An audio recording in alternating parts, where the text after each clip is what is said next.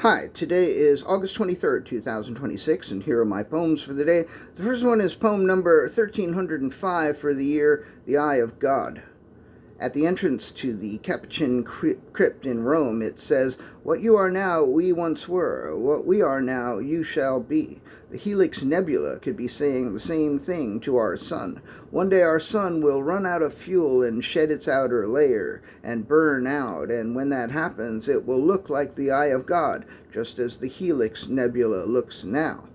Of course, the word look is being used loosely or perhaps mistakenly, as there may not be anyone around to see our dying sun. But we can look into the eye of God, as the Helix Nebula is also sometimes called, and get a glimpse of the distant future.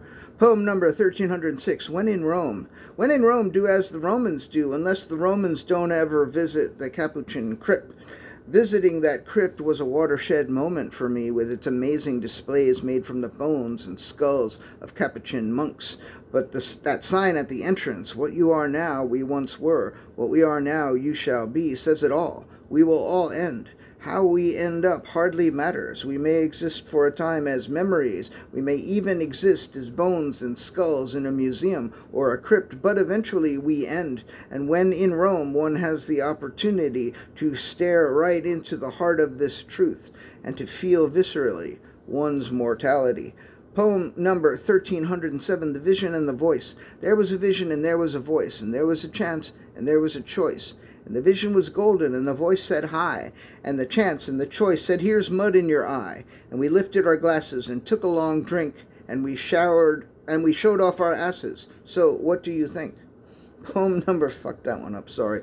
Poem number 1308. Some brief thoughts regarding an obvious joke. When I was a kid, I heard a joke that begins, "There once was a boy named Johnny Fuckerfaster." The problem with this joke is that no matter how naturally unfunny you are, it's almost impossible not to see how the joke will end. Johnny will be fucking somebody, and someone will come along and be like, "Johnny, fuck her faster," and then Johnny will be like, "I'm fucking her as fast as I can." I feel like it has to be the most obvious joke I've ever heard. If I hadn't heard it in like 1968, I almost might think it was written as a postmodern commentary on jokes, but more likely it was written by a 10-year-old who maybe later went on to write some much better jokes. Of course, if it was actually written by a 10-year-old, then it's really not a bad joke at all. Poem number 1308, Soap Bubbles. He would get way too attached to soap bubbles and then burst into tears when they would burst. You might say he's very stupid, and I could say he's very sensitive, and of course we could both be right. Poem number 1310, Stupid Shit Sunday. The cat was like, "It's Stupid Shit Sunday. I'm going to run around for no reason and then meow a lot and then eat plastic even though it makes me puke, and then run around some more, knock some shit off the shelf, scratch anything that isn't a scratching post, and just generally do whatever other stupid shit I can think of." And with that, the cat did all of that stupid shit and more, and then took a long nap and dreamed of even more stupid shit, which the cat then did after waking up. If I had a cat, I would probably hate Stupid Shit Sundays. Poem number 1311, The Alarmed Clock. This is the last poem of the day, I believe, yes. The Alarmed Clock. Poem number 1311, The Alarmed Clock.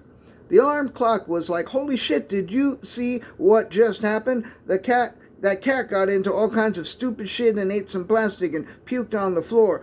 Then before that, this kid started crying because his soap bubbles burst. And before that, there were these visions and voices. And before that, some monk made a bunch of sculptural tableau out of the bones and skulls of other monks. And way before that, the Helix Nebula shed its outer layer and became the eye of God. It's all extremely alarming." After its little monologue, the alarmed clock settled down and went back to sleep, but it was only a matter of time before it would go off again, as it was set for 7 a.m. All right, that's it. Thank you. I appreciate you.